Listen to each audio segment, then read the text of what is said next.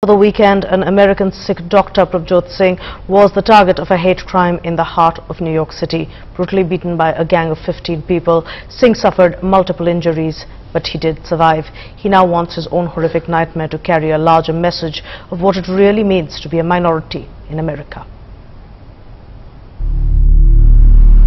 With a fractured jaw and multiple injuries, nobody was expecting Dr. Prabhjot Singh, the target of a hate crime in New York City barely 2 days ago, to speak.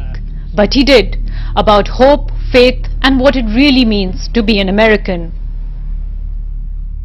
I heard get him, Osama, I heard terrorist. I have a young son and he looks like an incredibly cute baby, and over the next many years he'll increasingly look like a young Sikh man if he chooses that path. And ultimately I want to make sure that he has the tools of engagement and that he shares that with his friends in school. 110th and Lenox Avenue. I'm standing at the exact same location where Dr. Prabhjot Singh was brutally attacked on Saturday night by a gang of 15 in what is now being described as a hate crime. The area that borders Central Park on one side with Harlem on the other is considered relatively safe. But more importantly, it's an area that Dr. Singh was all too familiar with.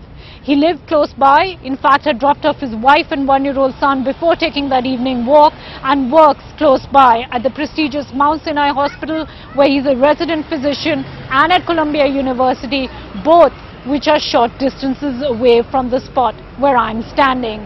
But even more ironically, he's a community health worker in the very same community where he became a target.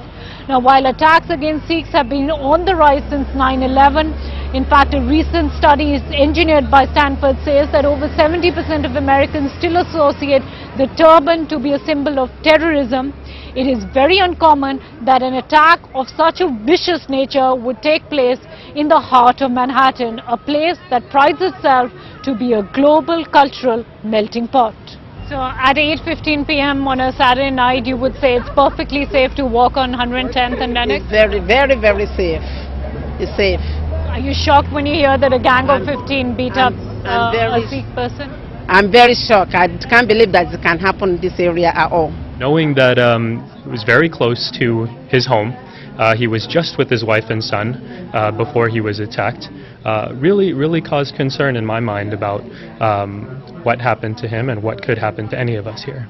While the community here is ultimately, concerned as Americans for our community, for our country here, we're also, reminded that we've been through bigger stuff, and this is a part of life, really. As long as we present our issues to the government, over time, they do get resolved. The government does move forward here in this country. There is a forum for you to express your concerns. So this is a rough period. I have a lot of optimism that in my son's generation, my son's name is Azad, that means freedom, that he'll be enjoying freedom. This is not primarily a Sikh issue. This happens to all people, and this happens in New York City, and it's surprising and it's shocking because it is at home. This is our home. We were brought up in America.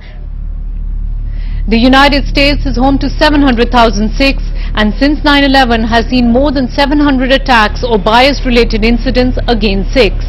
But it is not Sikhs alone who face hate crimes. The same day that Dr. Prabhjot Singh was assaulted, a Muslim woman wearing a hijab was attacked in the heart of Times Square. A chilling reminder that minorities are still targeted in a country that is built upon diversity. In New York, Namrata Brar, NDTV.